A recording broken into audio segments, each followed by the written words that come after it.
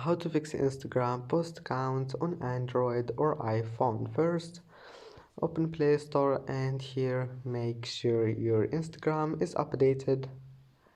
Just click update here if you found it, and then go back, go to settings, and if you have an Android, go to apps and then apps again, and here type Instagram, click on it. Now click for stop storage, clear cache, and that's it. Now go to permissions, give it all of those permissions here, and then just go back and try again, or start your phone and try again. And I hope that can fix your problem.